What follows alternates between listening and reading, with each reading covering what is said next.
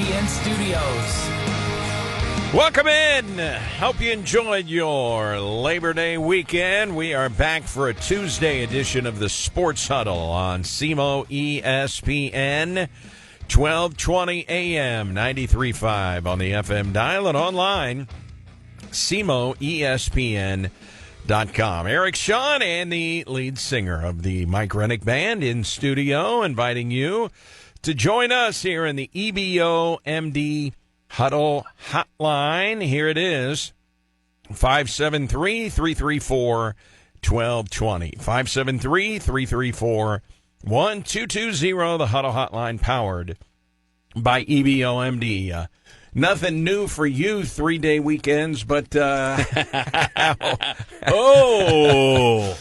was the weekend? Come out swinging. That was a good weekend. A lot of sports happening, obviously, with high school, at least on the Missouri side of the river, high school kicking off Friday night. And man, the weather was beautiful all weekend long. So, just got to keep an eye on some sports and kind of get the house cleaned up, I always call, like many do, the Labor Day, the unofficial end of summer, which I don't like, but kind of had a chance to kind of get things reset around the house and get ready for the fall blitz. Man, busy month ahead, that's for sure. Lots of college football. You mentioned high school football.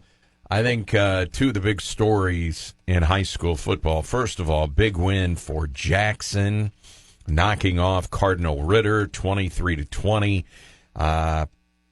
Standing room only over in Jackson. Yeah. I mean, 4,500 to 5,000 were there for that game, and Cardinal Ritter, probably a lot of those guys have not played in an atmosphere like that on Friday night. You mentioned, I know on the show, was it Friday or Thursday or Friday, we talked about getting there early. There's, new procedures for entrance, and it seems like many did that. I saw some photos of early lines over at the pit. So, yeah, I'd imagine Cardinal Ritter wasn't maybe used to that atmosphere, but what a great game. Got one report that there were some fans that started lining up at 3:30. Well, they got there early then, didn't they? For a 7 o'clock kickoff. What's interesting, the street that goes right behind the press box,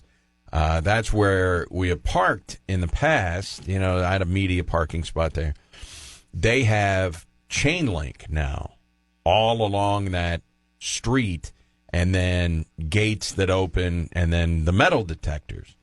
So they did get us a parking spot just outside the chain link, but it seemed like it ran fairly smooth. I think people were expecting it, so they did get there a little bit early. Plus, they tailgate pretty good over in Jackson, but it was a really, really good football game. Looked like Jackson may run away from Cardinal Ritter. They were up 13-0, and then Ritter came back, and Jackson led 20-12 at halftime. They did not score another touchdown. They got a 20-yard field goal in the fourth quarter to go up 23-20, and the defense held Cardinal Ritter. Yeah, it sounded like just a good high school football game, against two really good teams. Wasn't a blowout, obviously, on either side, and good man. If you're Jackson, you got to be happy with starting the season with that win. That's a big one. They've got a team out of Louisville, Kentucky, Ballard High School. They're Class 6. There are 6 classes in Kentucky. I learned this because I was doing some research over the weekend. But this Ballard squad will come in 1-1. They just lost to Male High School, which is a really good football program over in Louisville. Mm-hmm. And so they're a team. Ballard last year, I think they had a losing record, but they made it to round 3 of the Kentucky playoffs. They actually beat Male, which is a really good program in the playoffs after they got smoked by them in the regular season. So this is a really good program. They've got a veteran quarterback, and so that'll be a good test on Friday night. At home again? Yeah, at the Pit. And the other big story for me, and there were good wins by some of the local teams, was not that Cape Central beat New Madrid County Central. You kind of saw that coming, but the injury to Keyshawn Boyd. Mm-hmm. I mean, this young man, just such a bright future. We were told he's already made 2 visits to Nebraska. Now, I don't know if Nebraska has offered him a scholarship or not, but if you're making 2 visits to the school, they're certainly interested in you. But I guess it's an ankle injury. They qualified it as lower leg. We heard ankle. Took him off on a stretcher. So to me, those are the big stories over the weekend, and you hope that it is not something that is massively long-term here for Keyshawn Boyd. However, it did not look good, and hopefully for that young man who has a bright future in football, potentially a scholarship, maybe NIL money for his family. You don't know how all of that was going to go, but just hope the best for Keyshawn Boyd. Yeah, absolutely. I mean, obviously you hate to see it for Cape, but he's been such a key piece to their success. But the future, that you're talking about there for him, that's really what it's kind of about right now. College football. Now, on the drive to Arkansas State, that Texas-Ohio State game kicking off a little after 11 o'clock. And so we were tuned in to that game on the drive down to Jonesboro, Arkansas. Rick Weiser and his wife Judy, the lovely and talented Don Sean, all made the trip down to Arkansas State, listening to Ohio State, Texas. If you wanted offense, you were disappointed. 14-7 Buckeyes. And obviously one of the overwhelming themes coming out of the game is that Arch Manning did not play that well. I will say this. I saw Dan Orlovsky breaking down a lot of the plays and the defenses. You got to remember, Matt Patricia, who is the defensive coordinator now for Ohio State, won 3 Super Bowls as the defensive coordinator with Bill Belichick. That's a separate college football story. Right. This guy is an NFL defensive coordinator. Had a couple of stints as head coach. Did not work out, obviously, in Detroit. But Matt Patricia, Orlovsky was showing some of the, next-level defensive fronts that they were showing to Arch Manning. And I think they made some good adjustments at halftime as Arch and Ohio State could look at the tablets and kind of see what defensively Ohio State was doing, and Manning played better in the second half. You know how we are about, we immediately put out final judgments on players and teams after one game, and everybody's down on Arch Manning. They play San Jose State coming up, so we'll see. When they play Florida, that's going to be their next big test. Let's hold off on roasting Arch Manning. He was going up against the defending national champs at Ohio Stadium, sellout crowd, and an NFL defensive coordinator on the other side of the football with NFL talent on defense for Ohio State. Let's pump the brakes a little bit on skewering Arch Manning. Well, I think you're right, but also probably need to pump the brakes on him being the Heisman Trophy winner going into that game, because that's what the hype was all about. Was what he had? Did he have 2 starts last year? Yes. I think, and he didn't hype himself, right? I mean, this is the media doing all the hyping. But also the media is the one that's going to be bashing him now, or is bashing him now as well. So gotta pump the expectations on both sides of it. Going into and now coming out of that game. I mean, I think Ohio State probably feels like they got a Heisman candidate on their side of the ball on the offensive side as well. So Julian Sayin is their quarterback. Yeah, and I mean, I'm sure they were probably licking their chops, with him coming in. It was pretty much. I thought it was kind of a boring game. I mean, the score. If you're wanting, a hyped game to kind of play along those lines. I want offense. It was pretty boring.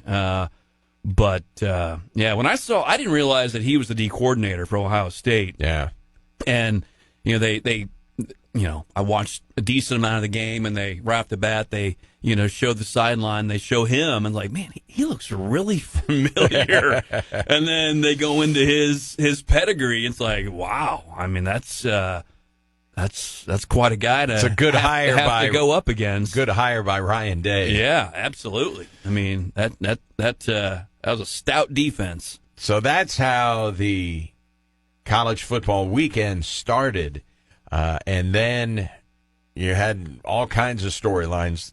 The 2:30 game, Kalen DeBoer's Alabama Crimson Tide. They get worked like a speed bag by Florida State, a team that was 2-10 last year, 31-17, and they are in a frothing frenzy down in Tuscaloosa and Crimson Tide, Alabama Nation. Everybody immediately, how much is the buyout for Kalen DeBoer? Well, it's right around $70 million. Not going to happen, because if it was going to happen and they had that kind of money laying around to buy out DeBoer, then the Alabama athletic director would not have gone public last year saying, we need money, help us with our NIL. There are many believe that Alabama cannot compete with some of these other schools in terms of NIL money. So if that is the thought process and the AD is out there asking for donations, do you really think they're going to come up with 70 million, 68, 70, whatever the official number is, to buy out DeBoer? No. If they get the money, they're going to put it towards players. I mean, again, maybe, is this his second season? Yes. Is that right? Yeah. A little bit of a maybe pump the brakes, Missed the college football playoff last year. Yeah. His fourth loss to an unranked team. It's just, obviously, it's a little salt in the wound when you see Nick Saban on game day, and he's still around. He's still, that shadow will just be there. I don't care who the coach is of Alabama. That shadow will be there for years to come. You just don't want to be the man that follows the man. No, not unless you get right to it and win a championship. That can obviously change the minds quickly, but which is probably why, I don't know his entire contract, but smart on him, good on him to have that amount of money in there for a buyout. I'm sure, he knew he's going into the Wolves, so to speak, with what could be a tough season potentially, last year if he doesn't go in and win a championship. But that was not one I don't think anybody expected. I think we were chatting about that game a little bit, and I think your statement was, Florida State is not the Florida State of old, but they found a way to get it done. Their QB was kind of talking smack going into that game. Castellanos. Yeah, and I guess followed it up. So there were some pretty nice storylines. Castellanos, the Florida State quarterback, basically said in the offseason, Nick Saban is not there to rescue Alabama anymore. Yeah. We're going to take care of the Tide. and he did. Absolutely did. And so that will be an overwhelming theme about the University of Alabama and their football program. I think Kalen DeBoer is a good coach. He has won everywhere that he's been, but, man, he's in a tough spot. The thing that shocked me, and I'm not paying super close attention at, Centennial Bank Stadium, we do have a flat screen in our booth there getting ready to broadcast the SEMO football game, and so we had the Alabama-Florida State game on.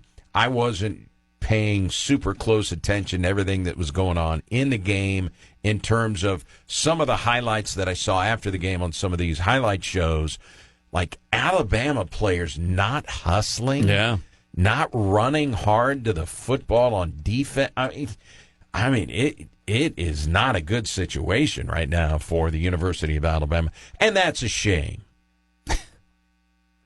Are you saying that in jest? I think so. I'm saying that in jest. I think so. But I will say this. Say it. Might Mizzou be favored at home against Alabama when they come to Columbia? I'm just throwing it out there. That's the first thing I thought about when I saw the score of that game. That could be depending on who's the quarterback at the time for Mizzou, which you probably know who that's going to be. Sam Horn, by the way, long-term injury, they said. Yeah. They're kind of vague about what it is. Out indefinitely or something? Yeah, he's out indefinitely. And I don't know that the Dodgers may not just step in and say, let's shut her down. Right. Because he's already signed with the L.A. Dodgers. He's going to be a professional pitcher. So that's a ways down the road for Mizzou, who is getting ready for Kansas. And the early line that I saw, Mizzou favored by 6.5. Kansas 2-0. Yeah, that's going to be a good game, be a tough game. And then you've got the team that some think should be number one when the polls come out today, and that is LSU. They go to Death Valley, and then there was all this smack talk ahead of time. Where is the real Death Valley? Is it in Clemson or is it at LSU? Because they're both referred to as Death Valley. And LSU winning 17-10. And the big story in that game was the defense of LSU. Man, they went out and spent a ton of money, got a ton of guys in the portal. They were terrible on defense last year. They had enough offense to compete for a national championship, but their defense was horrid. If their defense is that good with that offense at LSU and those athletes, holy smokes, they are legitimate national championship contenders. Heather Dinich for ESPN already saying that she thinks LSU should be ranked number one ahead of Ohio State and ahead of Penn State, who was barely preseason number 2 behind Texas in the preseason poll. She thinks LSU should be number 1. That was an impressive win at Clemson. Clemson came in ranked 4th, LSU 9th. And obviously the Tigers are going to move up. Yeah, and I didn't get to see a lot of that game, but to hold them to 10 points seemed like one that, again, LSU maybe you see them potentially losing that game, and all the talk starts. But Brian Kelly, he had not won a season opener since he had been the LSU coach. Yeah. Exactly. Did you see him get trucked by the official? I did not. You can find the video, I'm sure, online. It was a deep pass play. Official running down the sideline, runs over Brian Kelly. All you do is see his feet straight up in the air. It's classic. You might run it back a few times on a loop. It was funny. But there was a touchdown called back or overturned in that game. Yeah. LSU got jobbed. Did you ever see why they called it no touchdown? No. I mean, it didn't. No, I've seen the replay. It sure looked like a catch and a touchdown to me. He caught it and he hit the pylon. Yeah. I mean, you just heard him say, no touchdown, and there was really no. I couldn't tell if he had, stepped out of bounds or anything like that. Didn't seem like there was any issue with the play. But even in spite of that, they were able to get a big road win. And then your Notre Dame Fighting Irish. This is probably the best game of the top 10 matchups. I mean, to have 3 matchups involving top 10 teams going at each other, it had never happened before in college football.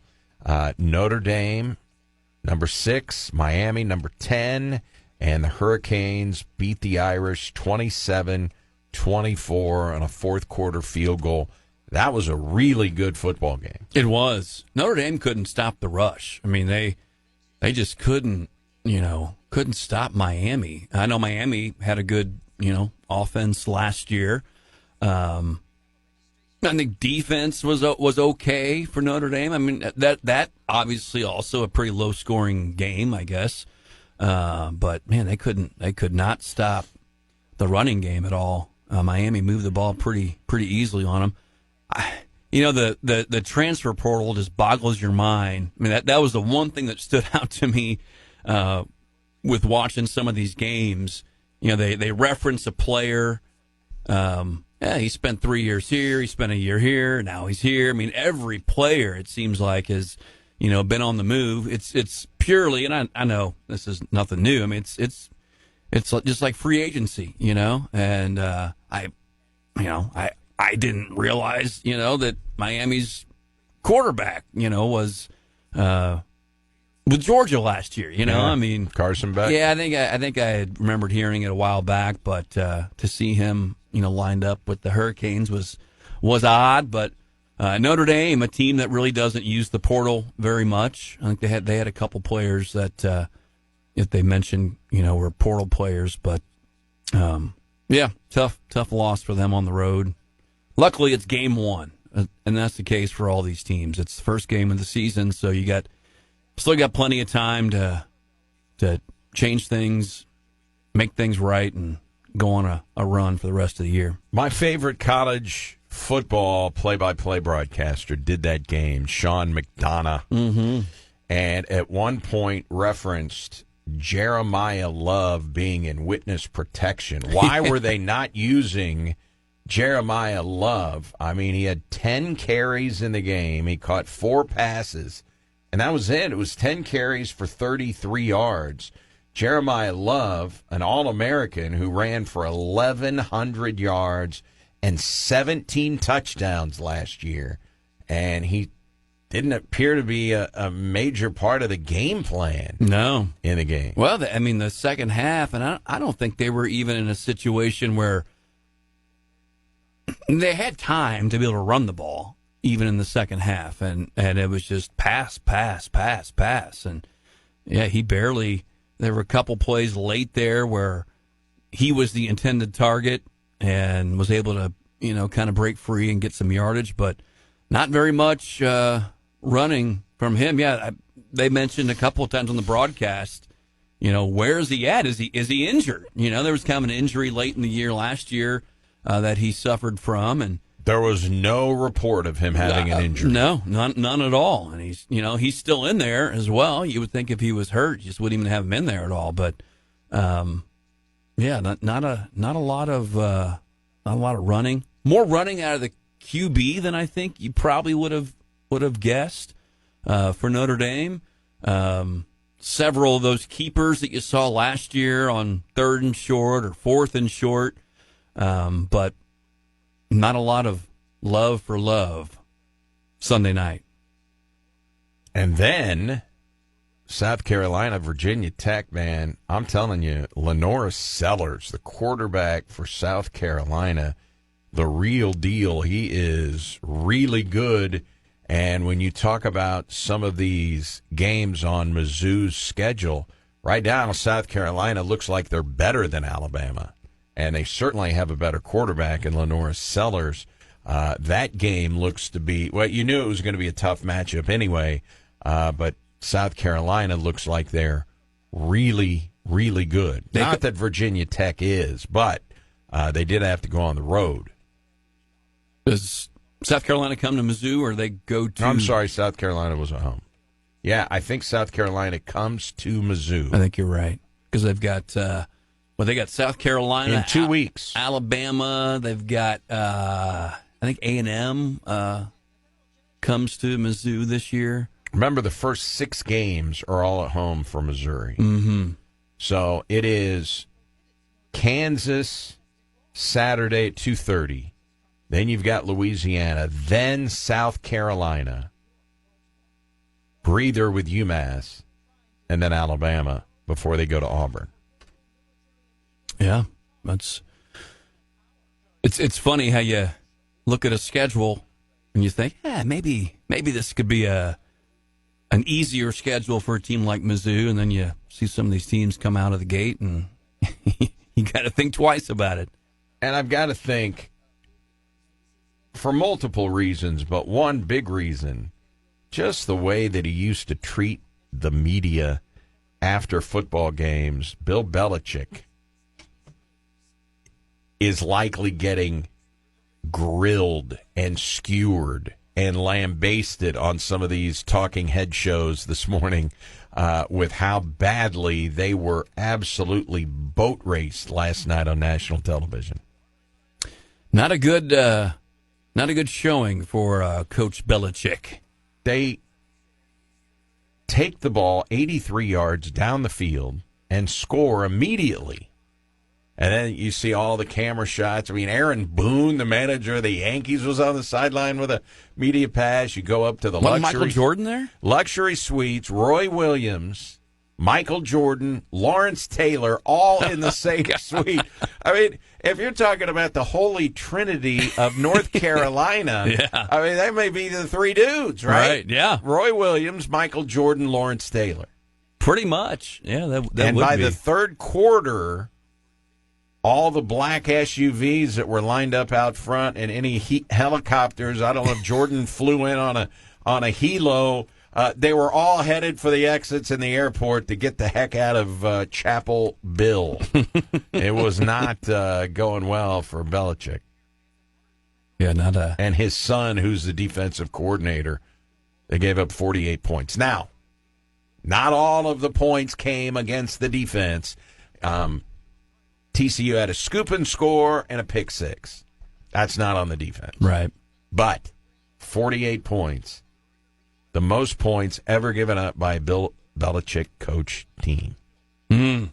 Welcome to college football. They got 70 new guys. I just don't think they have dudes. Yeah. I mean, I just give him a little time. I don't think it's a coaching deal. I just think he doesn't have dudes right now. Well, that was kind of my thought. I mean, Deion Sanders, his first year, all those new portal transfers, he just didn't have a whole lot of dudes. Well, in his North Carolina, I mean, when have they been known for football? Like on a regular basis. So it could take some time to build a program. But nobody wants to talk about that. They just want they want to crush Belichick. Okay, I mean, there are a lot of people. I'm not a fan of Belichick. I did like when he would make his appearances on the Manning cast, and he seemed way more likable. And you hear him talking with the Mannings and breaking down X's and O's, and you're like, man, this dude knows everything there is to know about football. But this is college. This is 70 new players in the portal. It's a different deal. College football, you got to have the Jimmies and the Joes.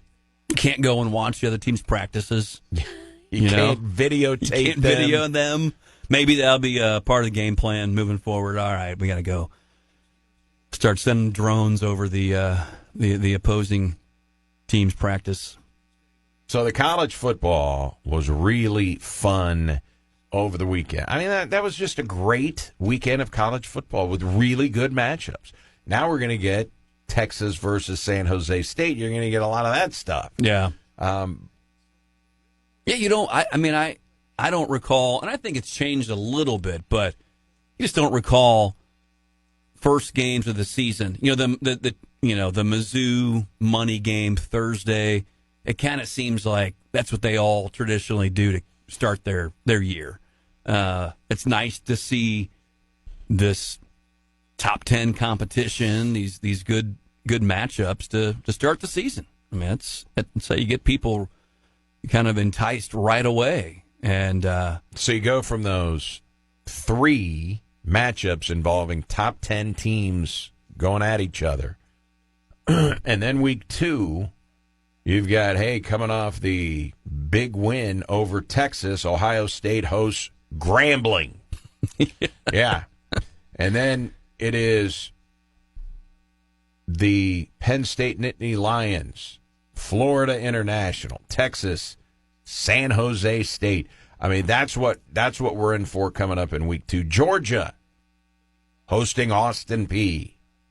So you're gonna see a lot of that. Miami, big win over Notre Dame. They get Bethune-Cookman week 2. Yeah, that's got game day written all over it. South Carolina coming off the big win. They will host South Carolina State.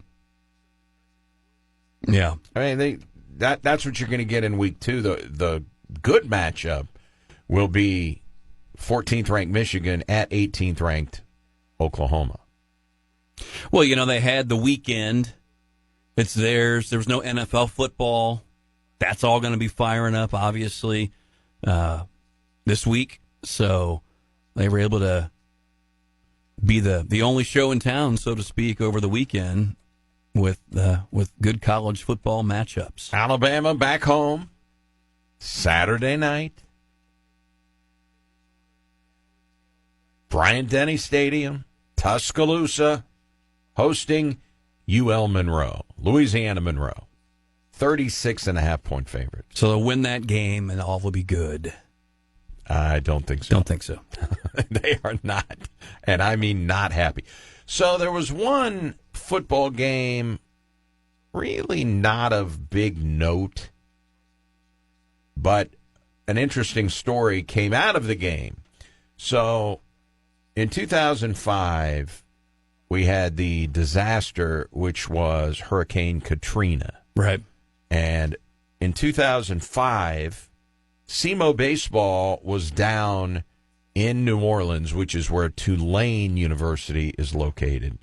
And SEMO played a baseball game down there, and this was before Katrina hit later in 2005.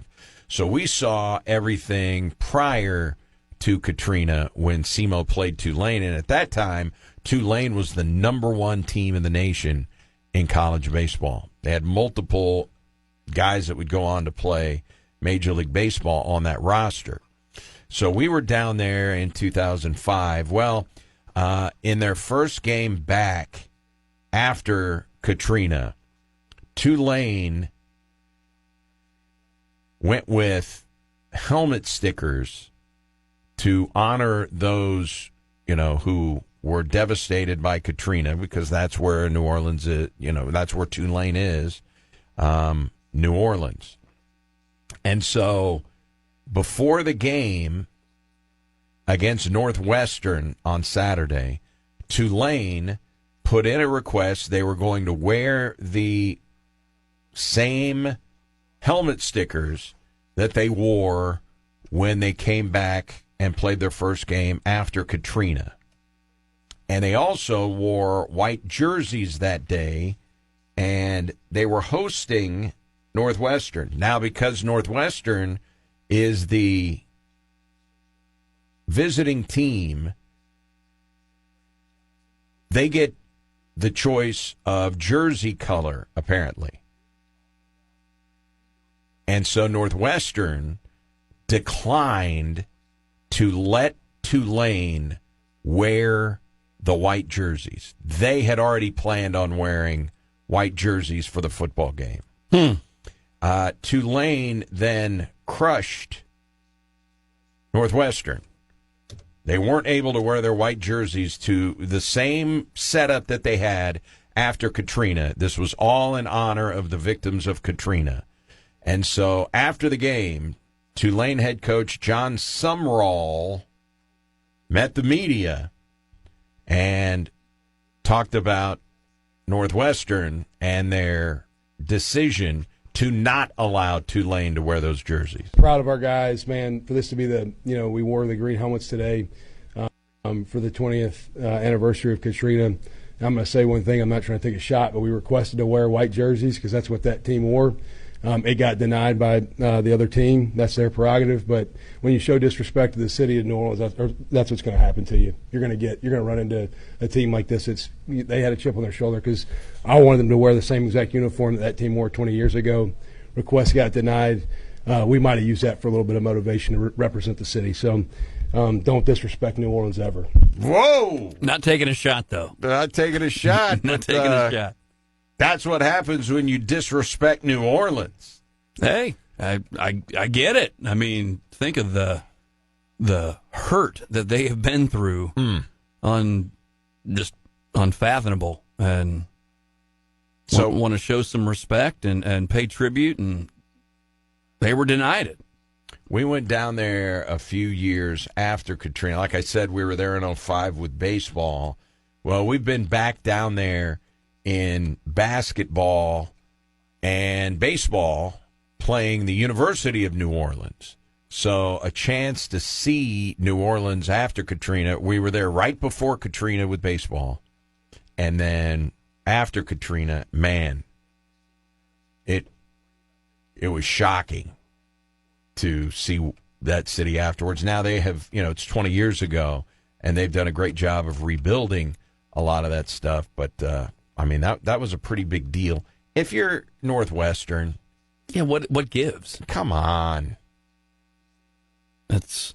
It just seems petty. You have to imagine that Tulane told them like what they were wanting to do and why they were wanting to do it, why the request is being made, and to not grant that request, it just seems a little amateurish. Northwestern coach David Braun, and by the way, it was 23-3. Northwestern didn't even score a freaking touchdown. David Braun said he reached out to Summerall, stating that the denial of the white jerseys was not meant as a gesture of disrespect, and that the timing of the request impacted their ability to honor it. So the dark jerseys weren't clean then? They could have switched jersey. Come on. Yeah, it's a freaking uniform. Right. Anyway, so maybe the just desserts for the Northwestern Wildcats. Maybe so. They stink. Sounds anyway. like it. Did you see any of the coverage of Lee Corso?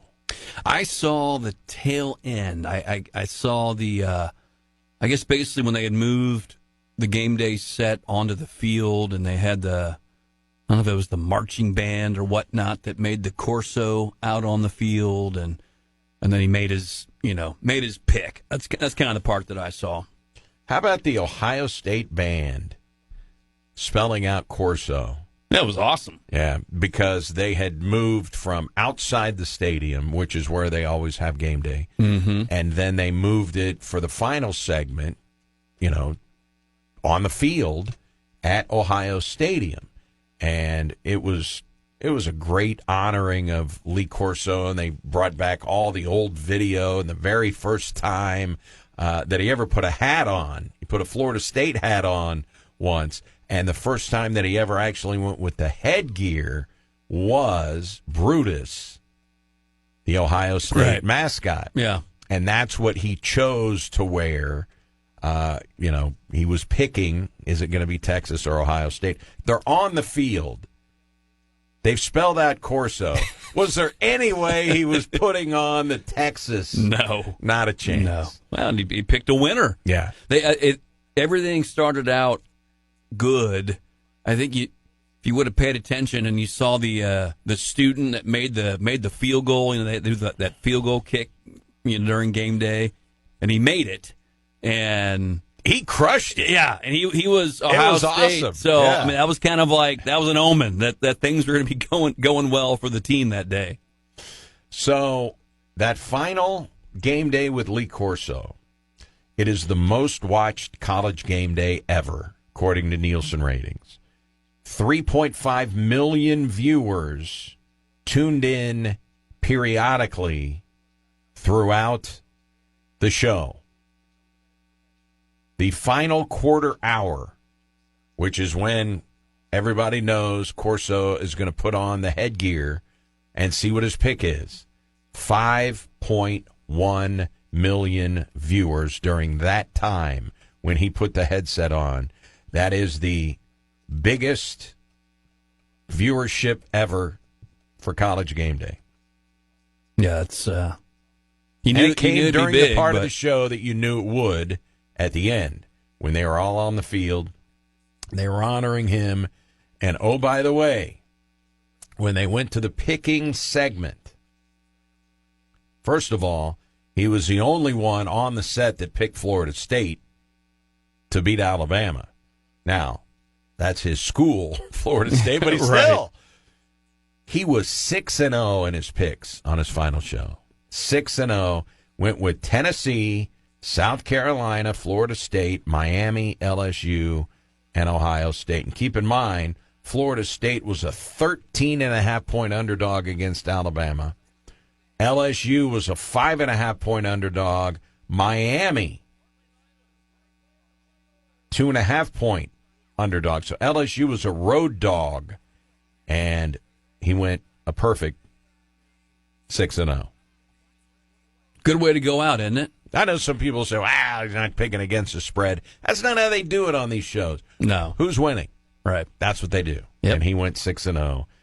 So I thought they honored Corso. It was great. I really appreciated it. And the old video and all the years that he has been on the show and the funny segments and different things, it was great. It was really great. I don't know how you cannot be happy for Lee Corso. 90 years old, obviously, with that stroke, and now that he's 90 years old, it's hard to understand him. He's still quick-witted, all of those things. But he went out on a very high note. Well, and if you think about who has done more for the sport of college football, I mean, It's like Dickie V. He's on the short college list. basketball, Yeah, right? absolutely. Yeah, he's right there. He's on the short list of names for sure. Another guy, I mentioned the Notre Dame game. Saw Lou Holtz sighting at the Was he stadium. there? He was there. All right. Yeah, hadn't really seen him. How in old is public. Lou Holtz? He might be 90.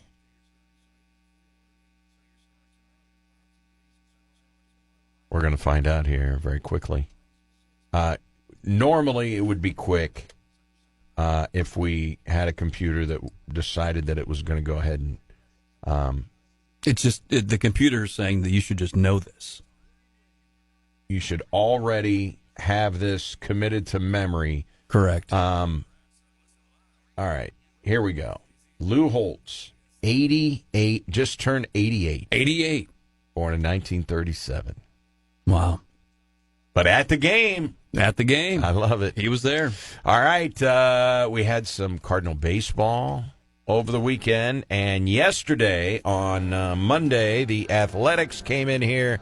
What happened to Sonny Gray? And Joe Buck has weighed in on all the empty seats at Busch Stadium. We'll hear from Joe Buck when we come back as well. It's the Sports Huddle on a...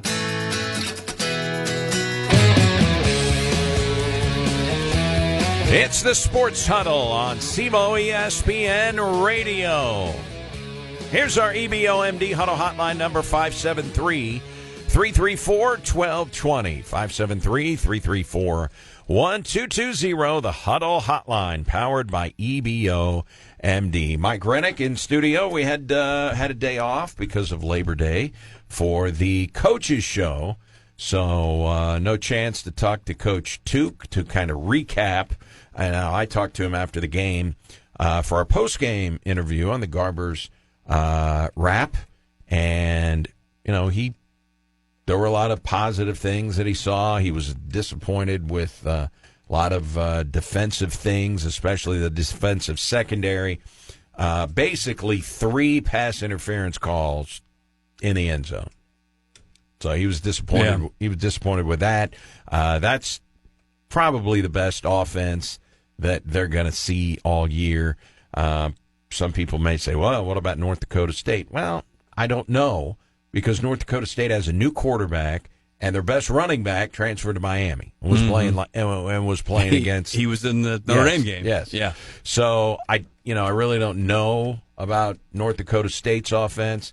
I doubt it's as good as Arkansas State's is. They're FBS. They've got an all-conference quarterback, all-conference running back, all-conference wide receiver. That's a pretty good start. Yeah. And their offensive line looked pretty good in the game. SEMO had some pressures on their quarterback, whose name is Jalen Rayner, 3 times they had him wrapped up and never sacked him. I mean, he just got away. Mm-hmm. I mean, so that's game one. They're going to be, I think, more sure-handed tacklers going forward. North Alabama will be in here on Saturday, so it'll be the home opener. I mean, don't you think if you just, if you step back from it a little bit, that's a pretty respectable game by SEMO. Yeah. I mean, you had the lead. They were up 10-7. Up 10-7 in the game. At one point, and as you mentioned, there were, some penalties. Although, SEMO had, no penalties? Was it through the first quarter? I mean, they were clean. Yeah, they were clean there for a while, but knowing who you're going up against, and you just rattled off the offensive, players that Arkansas State has. You probably feel like you can clean up a few of the things that happened that when you're playing within the conference will help you against the UT Martins and those types of teams and I think SIU. SIU. I think you feel pretty good about it. Couple of drops that really hurt. They're tied 7-7. SEMO's driving. And it looks like they're going to go down and score a touchdown. And on third down, they set up a perfect pass play on the sideline to Brandon Epton, their running back, who had already scored a rushing touchdown, right in his hands, and he just dropped it. He easily has a first down. Now, whether or not they go on to score a touchdown, I don't know. They ended up getting a field goal there to go up 10-7. Maybe they go up 14-7. If Arkansas State does the same thing that it did, it really doesn't matter, but you can get an opportunity to score another touchdown. They played even with Arkansas State in the second half, 14 apiece. And, yes, Arkansas State late, went with a backup quarterback and probably some backup guys. I know they went with a backup running back, but they really didn't do a whole lot against SEMO when they did that. So SEMO played him even in the second half. But I think the story is Jax Leatherwood did not look rattled. He was sacked 3 times, but he did not feel like he was running for his life all the time like Patrick Mahomes was in the Super Bowl. I think the offensive line, I thought, did a pretty good job protecting him, and the Redhawks end up rushing for 92 yards in the game, so they ran the ball pretty well. Leatherwood, 26 of 36, 272, 2 touchdowns, no turnovers, no fumbles, no interceptions, no dropped interceptions. Oh, man, that ball was right in the hands of an Arkansas State defender. No. Mm-hmm. And the only turnover in the game, Amari Chisholm, their new tight end, caught a ball and got hit, fumbled it, and Arkansas State fell on it. But that was it. I mean, they took care of the football pretty well. Redhawks did have an interception earlier. No, they did not have an interception. I'm thinking about the Jackson game. I did back-to-back game. So that's the way that it ended up. Just the one fumbled turnover. They scored 3 touchdowns, 2 passing, and then the rushing touchdown from Brandon Epton Jr. I thought there were a lot of positives. SEMO's going to have to clean up the defensive secondary, the 3 pass interference calls. You can't have it. And I thought one of them was bogus. The other 2 were legit. And that's the way that it went. But there were some positives there, and SEMO scored 3 touchdowns and hit a field goal on the road in a money game. Yeah, I think going into the game, I'm sure, obviously, Coach Tuke and the staff are keeping an eye on way more things than the fan is, obviously. But you're probably curious as to how Jax Leatherwood's going to play in his first game at SEMO. And he played pretty darn good. The stats you just rattled off, I think if you get that out of him every game or so, you'll be pretty happy with the season. He threw for almost 300 yards in the game. Yeah. And no interceptions. I mean, that's big stuff. Also, keep in mind, last time we saw the Redhawks, the playoff game, they had a lot of injuries on the offensive line and at running back. And even though Peyton Brown was back, He was not healthy in that playoff game. SEMO threw the ball, if you remember, 85 times. 85. I was going to say 83. 85. They rushed it 15 times. Now, it was out of necessity. Right. They had 600 yards of offense and lost. Why? They had 8 turnovers in the football game. 5 picks from DeLaurent. Not all of them were his fault. And 3 lost fumbles. That's a school record. You're not going to turn the ball over 8 times. And they were in the game. They were still there, yeah. So one of the things that Coach Tuke talked about, we need more balance. It's great. We had a great quarterback, breaking records all over the place in Paxton DeLaurent. We can't throw the ball as much as we did last year. We got to be able to run. And Saturday, it was 36 passes, 33 runs. That's balance right there. Yeah, I think it was. I listened to the first half. You and Rick, and then you had no choice. That's right. And then I like listening to it, obviously. And then caught a little bit in the second half on the ESPN Plus. But no, I think especially it seems like they always say, okay, number one, were there any injuries? Get out of there healthy. Number 2, Leatherwood played well, and you got to do what you just kind of said. You were able to control your offense enough to where you were able to run the ball 30 plus times and have that balanced attack. North Alabama got steamrolled at Western Kentucky, so it was a money game, for them.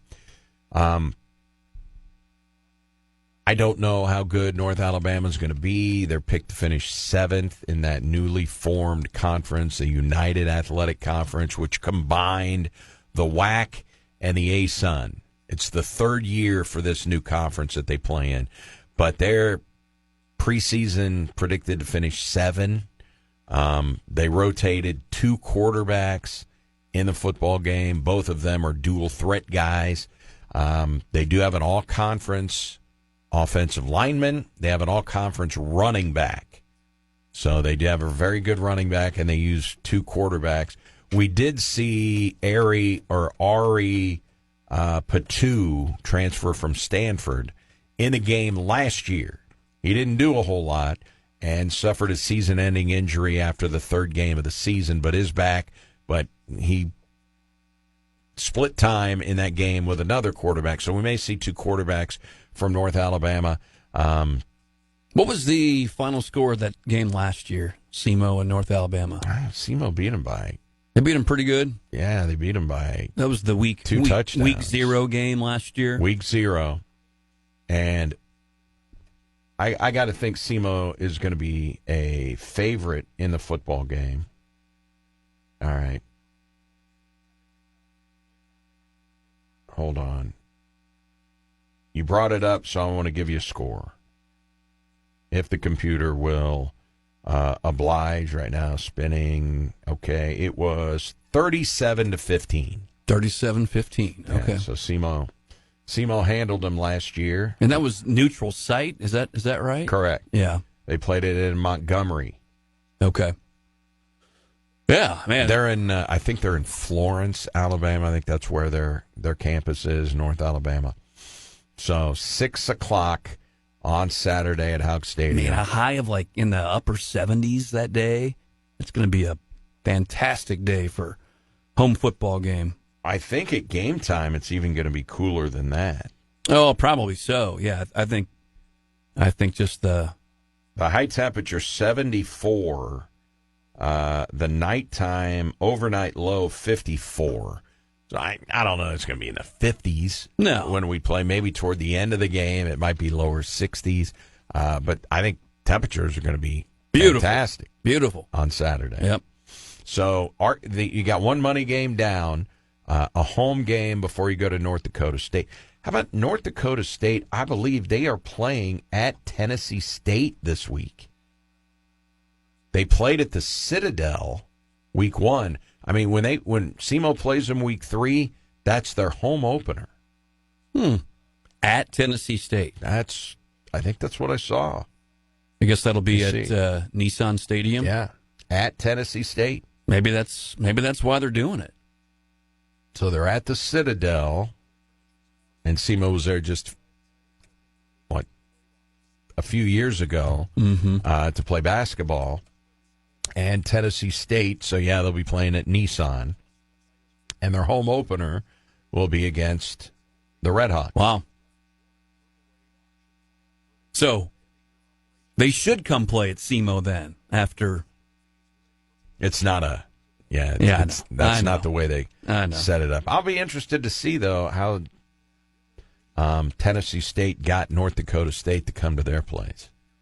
You would think it has something to do with playing at Nissan. Playing at Nissan, I mean, has to be something part like of the draw, yeah. right? All right, we'll get into the Joe Buck comments about the Cardinals who got Sonny Gray. Man, you never know what you're going to get with that guy. Apparently, when he pitches against his former team, he just gets rocked. I mean, the Yankees torched him, and he just got lit up by his former team, the Athletics, yesterday. He was in trouble from the get-go. I mean, it was, first inning, they had bases loaded, he got out of it. It just seemed like he just never was able to have any clean innings. And then, back-to-back home runs, and that was basically it. I mean, threw just a couple meatballs. Now the 2-run home run was a meatball. The back-to-back that guy went oppo on. I mean, that was kind of an outside edge or beyond pitch that he just took the other way. But yeah, he had a good stretch. But here comes former team, and not so good. And the Cardinals couldn't do anything against the A's offensively. Hate to see that. They take 2 or 3 from the Reds, which probably surprised some people. Not that the Reds are, fantastic, but they're ahead of the Cardinals in the they're better than standings. the Cardinals, yeah, record wise. Took 2 or 3, and but I did want to play one highlight. Okay, from the only game they lost in Cincinnati. That's because they called up the young catcher Jimmy Crooks. Swing, high fly ball, lifted deep right. Marte back, it is gone! Jimmy Crooks' first big league hit is a home run. What a special moment for Jimmy Crooks, for his family here in attendance at Great American Ballpark.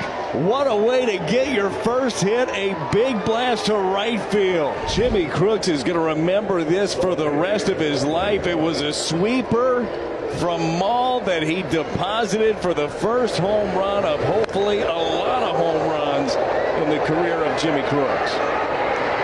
Off a lefty. Crooks is a left-handed hitter. Mm-hmm. Yeah, that's an awesome moment.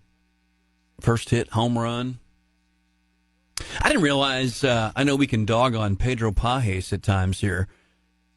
He's coming off a fantastic month of August. Oh, he was good in August. Fantastic. See if he continues it in September or not. But he had a big bomb in Cincinnati, crushed the ball, and he's made an adjustment, some sort of an adjustment. He and Brant Brown have found something, and he is no longer a pack the equipment up. Pajes is coming up. Yeah, 2 outs. I remember we talked. He always comes up in like crucial situations. Always with runners in scoring position. Yeah, with 2 outs. 2 outs, runners in scoring positions, and anyway, had a great month.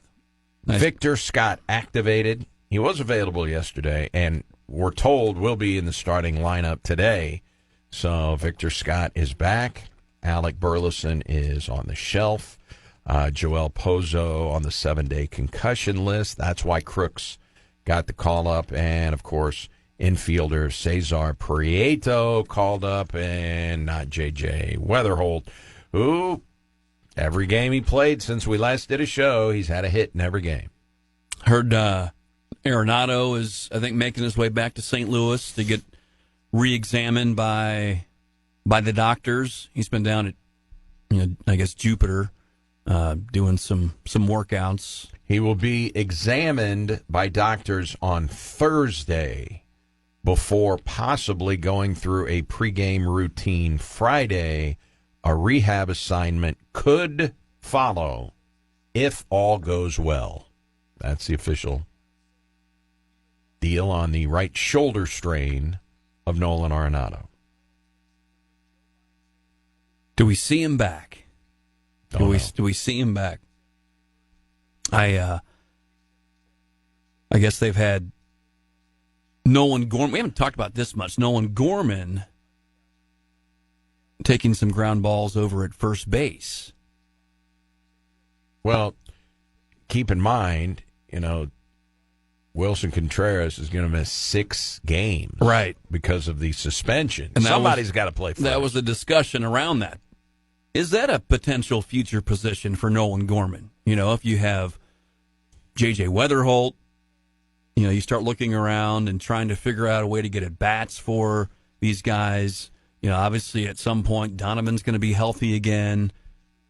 Gorman has to make fewer throws. We see what happens when he tries to throw from third base. It's disaster. I mean, he fields the ball pretty well. Yeah. I mean, he fields the ball fine. His metrics at second base were not awful when he was playing second base. No. But you would maybe feel like, okay, that could be a spot for him, spot for him to land first base. Because he's got the power, and he's had increased at bats, and it's, he's produced. I still believe in Gorman. I think we've established that on this show. I mean, nobody else has the power potential that he does. Now, he's not going to hit for a high average, and there will be strikeouts, but there will also be home runs. You're Gorman for good. Yeah. Gorman for good. All right. So that's going to do it for us. We will get into the Joe Buck comments, and pretty strong comments about where the Cardinals are and where they are not, and the empty seats at Busch Stadium. We've got Cardinal baseball tonight, 6:45. Your guy, Miles Michaelis, against Luis Severino, former Yankee. Yeah, I looked up yesterday. I saw those back-to-back home runs. I thought, is Miles Michaelis pitching today? No, it's Sonny Gray. Let me double-check that the top 25 rankings have not come out yet for this. Texas obviously will not be number one, and we'll see where Mizzou and Kansas are in the rankings leading up to their big game on Saturday, Jayhawks and Tigers. All right, we will check back in with you tomorrow. Sounds good. All right, hello to the radiant and ravishing Dawn Shawn, coming off her 12-hour shift. Appreciate her service on the front lines for us. Stay tuned. It's Clinton and Friends coming up. Hope you enjoy your Tuesday, everybody.